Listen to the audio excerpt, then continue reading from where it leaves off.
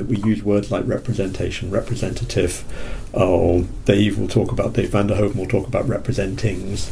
There's a whole mix of cognate words here, all of which have different representative in the representativeness in the statistical sense as well. So there's a whole set of cognate words which have got related meanings, but all of which pull you in slightly different directions. So one tends to slip quite easily, or I tend to slip quite easily from a discussion of representation into the notion of representing and the role of representatives. I suppose I should be more careful about that. But the crucial issue is, and this may be what marks out what I call political representation from other forms of representation, is how people's interests get represented in and with the intention of having influence in the political process. Or, no, in governance processes, not politics, but actually how things are done. And that, for me, I suppose, is the core of it. And what form that representation takes and who does that representing is then become the empirical questions. But for me, there is something fundamental here. I suppose there's a three-part, analytically, there are three parts to any process of representation. I think this is about where I've got to at the moment. There are people or things, interests, could be nature, being represented. There is something or someone doing the representing, and there is an audience for that representation. And the intention and overriding it, and what constitutes this as political, what I would loosely call political representation, rather than, and I think I want to make this point, rather than artistic representation, is that the function here is to have an influence on governance, on the collective organisation of public purpose, or some such formulation.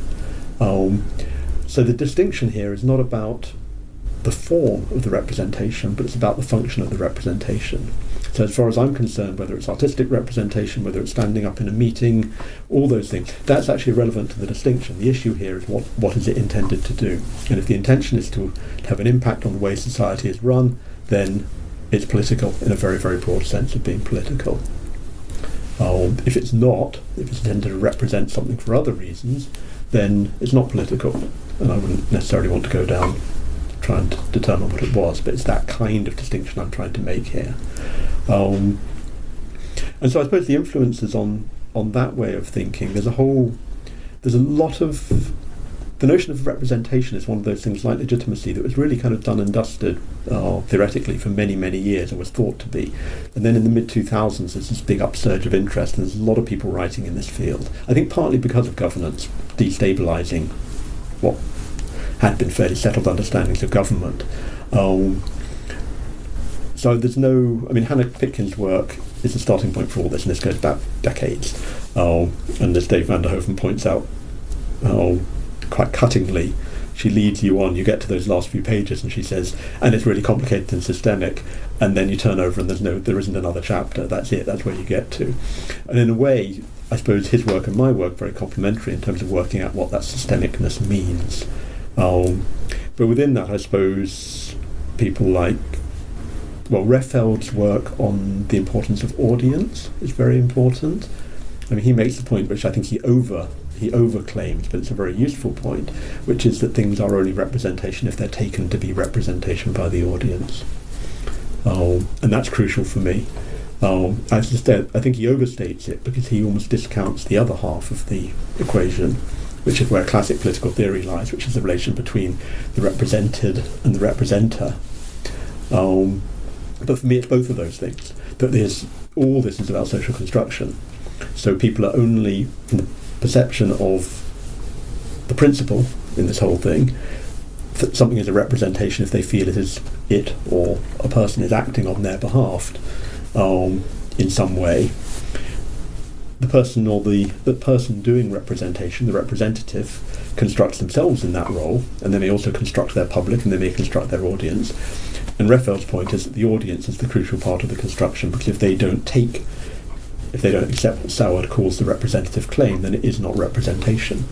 It's just some madman yelling in the wilderness, basically. That you can say, I'm a representative, but if there's no audience for it, then you're not. And what I take from that, as I say, from Sauer's work on the representative claim, which is much more about the representative, and from classical political theory about the relationship between the represented and the representer, the principal-agent relationship, is that all three of these things are happening all the time. So my interest is very, very much in how, not just in how people choose to represent themselves and why they choose to represent themselves in that way, but in how those representations are received and how effective they are, whether they're considered legitimate, to tie it back to my interest in legitimacy. So, to take the Royal Marsh example, I'm really very, very pleased that we've got both halves of the Royal Marsh project happening, where we've got both the young people angry, trying to have an influence and using certain means to do that, as opposed to a much more, if you like, state-led, formalised system where the young people are expected perhaps to have an influence, maybe not, but they're certainly being set up to look like they're having an influence through the youth parliament. The responses of the powers that be to both those processes are really important for me. I've been involved, a lot of this for me is coming out of practice. I've been involved in enough participatory work in the past to know that the crucial thing is how any participatory process fits into its surrounding political environment. It's not to do with the quality, it's not only to do with the quality of the action itself, but it's to do with how that then fits into everything else. So I'm very interested in how the context engages with these processes, and therefore very much with the Refeld kind of approach, looking at, from the perspective of the local council, the local health service, but also the local population. Do these things count as representation, or is it just something else altogether?